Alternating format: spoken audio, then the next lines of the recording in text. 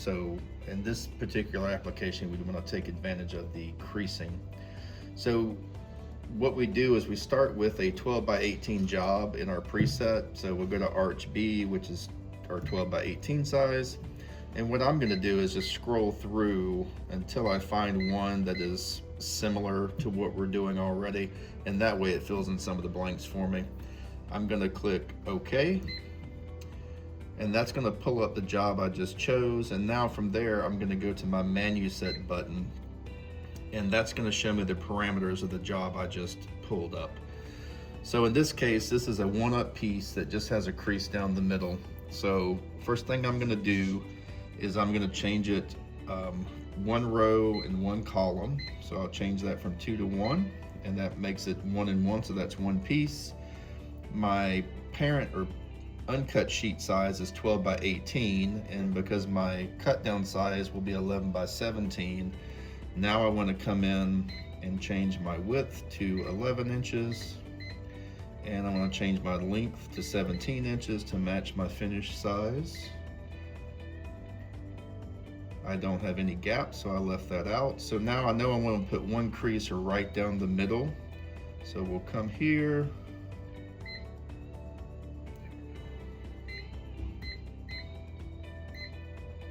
Got our 8.5 inch that covers our 17 inches.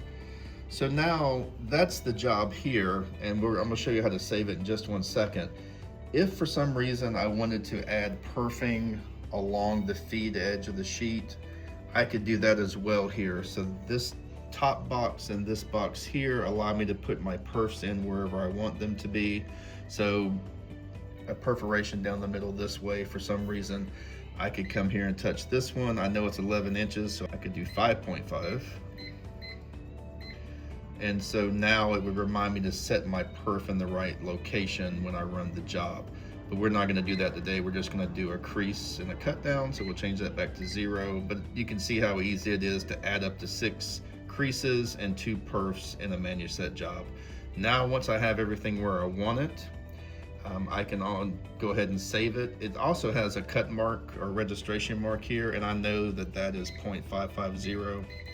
So I can enter that. I know my lead edge is 0.75, so I'll enter that as well. And I know my top margin is 0.5 inches. So we'll add that. So now my job is completed. I can hit save.